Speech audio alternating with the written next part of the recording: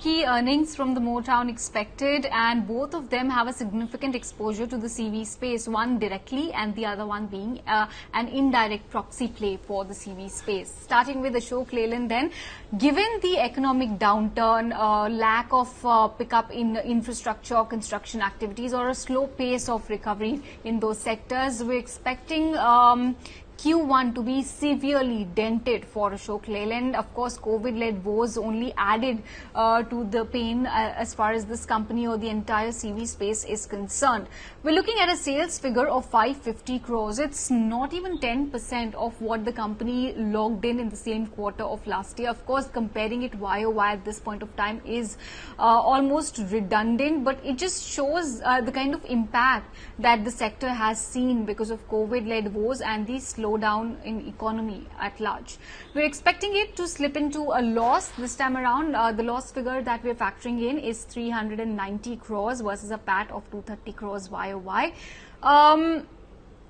Yes, realizations are possibly going to improve because of BS6-led price hike despite the higher share of LCVs. That's a segment that the company has been betting on since the last couple of quarters and months, but it's not going to be enough to offset the impact on their top line.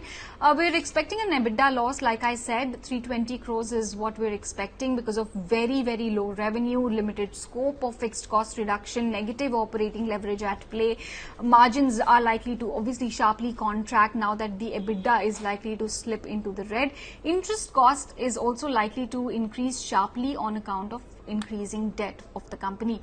What we'll be watching out for is commentary on current industry utilization levels and at Ashok Leyland, the demand, production and supply chain scenario post the lockdown, update on M&HCV space. So what is the outlook for the next few quarters? When is it that the sector will finally start showing recovery from the down cycle that it's been witnessing? And finally, scrappage policy expectations. What are the timelines? What are the kind of announcements they're expecting apart from this from the government's end? Talking about another auto ancillary play this time around, Bharat Forge, another big name to watch out for as far as Q1 earnings are concerned. We're expecting a revenue degrowth of close to 72% YOY at 380 crores. This one is also likely to hand in a negative PAT figure and a negative EBITDA figure. Of course, it's the steep fall across segments, across their global and local operations, which is going to sort of hit their Q1 performance. Overseas revenue is also likely to witness a fall versus the underlying industry trend because of inventory correction that they've undertaken. A significant margin contraction seen because of negative operating leverage and high fixed costs.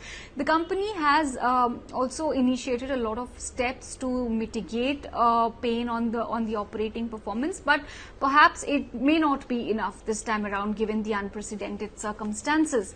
EBITDA loss is seen at 15 crore rupees. We're expecting a loss of 80 crore rupees. It's the higher depreciation and amortization charges as well, which could further put pressure on the bottom line performance. Key monitorables will be the revival of domestic CV segment. What is it that they're targeting or projecting internally in terms of segment revival? NA Class 8 truck demand, which way is it headed? Some commentary from the management will be helpful as well. And finally, reduction of losses in subsidiaries. What is their plan to turn it around? What is the plan to further rationalize cost and increase their efficiency? So these will be some important factors, important comments to watch out for as far as Bharat Forge is concerned. So Ashok Leyland and Bharat Forge, two important names to keep your eyes on come tomorrow.